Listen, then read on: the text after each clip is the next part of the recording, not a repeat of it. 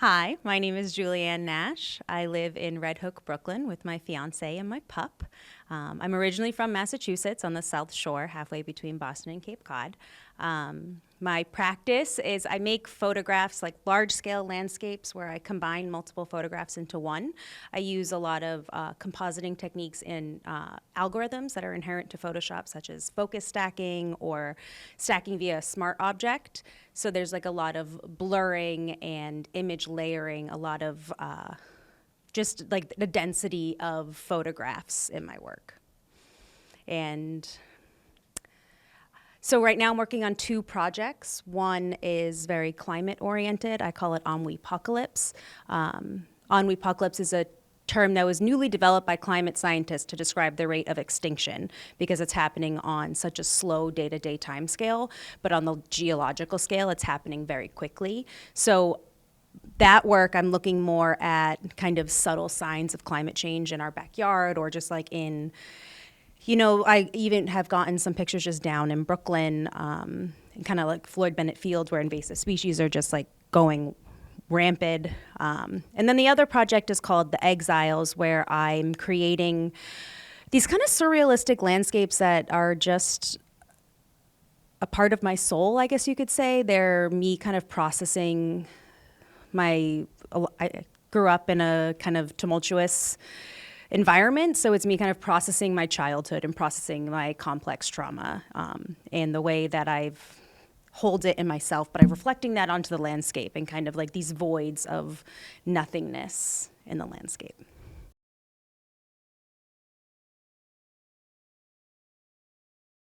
The work that I'm showing downstairs is actually from my graduate school work, where I was really interested in how computers were processing images. So I initially was inspired by using film, but I was like degrading the film itself because it was a metaphor for my grandmother going blind and how I could inherit that same vision loss.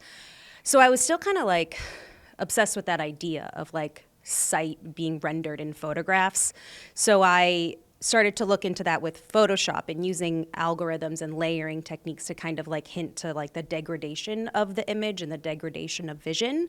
And naturally, invasive species kind of like trickled into the work because, I mean, plants grow in a very algorithmic way. So they worked very well within these algorithms. Like the way the shapes lined up and when they didn't was still beautiful versus like looking very like digitized. It still had like a natural element to them.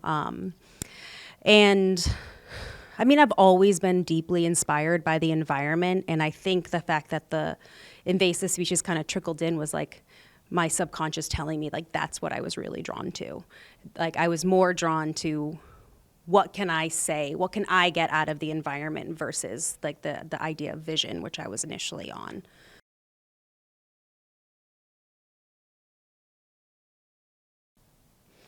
I have a relationship with the natural world that I have a hard time putting into words. I just feel connected to myself and like the universe when I'm in a forest or when I'm on a beach and like I'm in the solace of Mother Nature. And maybe it has something to do with the fact that I was raised really religious and have left religion, and that I still kind of needed a place to put like that belonging, the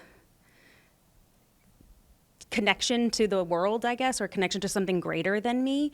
I always kind of feel like I worship the earth in a sense. I like the forest spirits are like what guide me through life. That's like how I have reached like spirituality in a sense now.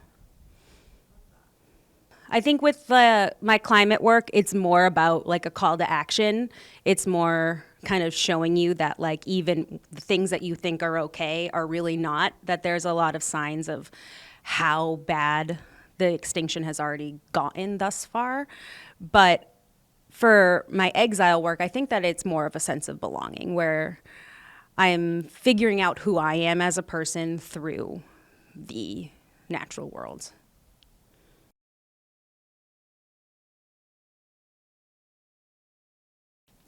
Well, I will never make an NFT.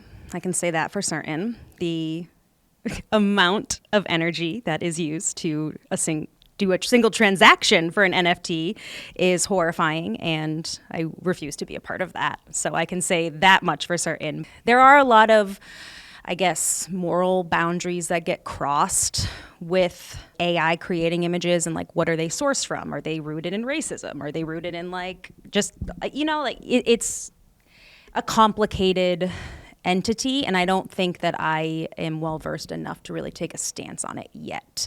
I'm playing with them sometimes. I have been surprised by the outcomes and am curious where it goes. Me too. Yeah, I'm a little scared. Like Too. it's you don't know where it's gonna take. Like, who is training that? Is it Mark Zuckerberg? Like, if he's training it, we're fucked.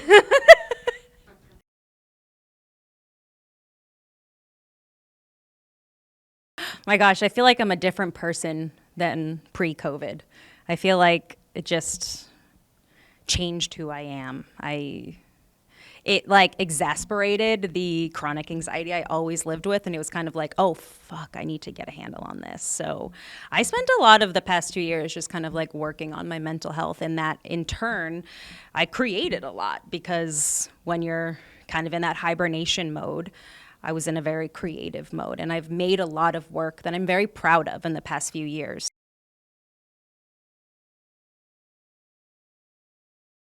Oh my God, everything now. Like, what doesn't make me mad these days? Our government is just a piece of shit. Can I say that? Our government is incompetent. They're just taking rights away from everyone, just ruining our lives, letting corporations just destroy the environment. Like, I could go on and on. Like, I am so frustrated with America right now.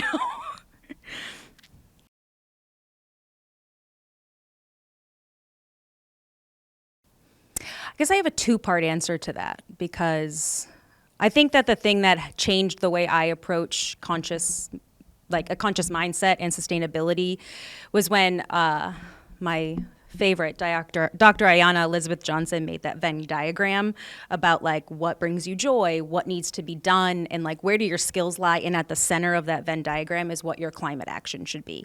And for a long time, I kind of struggled with the fact that I'm an artist. Like, what can I add to this discourse? Like, pictures? Like, what pictures will make a difference, really? I'm not a scientist, and I'm overwhelmed by the science sometimes.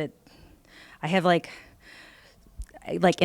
horrible existential crisis sometimes when I think about the planet, that I have found ways that you use your own skills to approach being a conscious consumer. And I think that's the exact term as my second part, that is like the conscious consumer is the important aspect.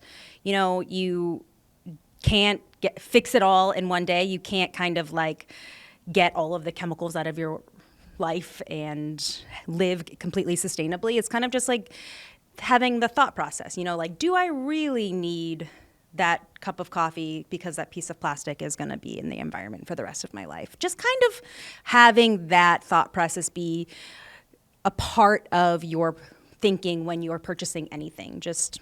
And I think that the longer I've had that, the more I've kind of like started to purchase more sustainably in other forms, like for clothes, like buying, natural fabrics or naturally dyed fabrics, and not something that's using slave labor.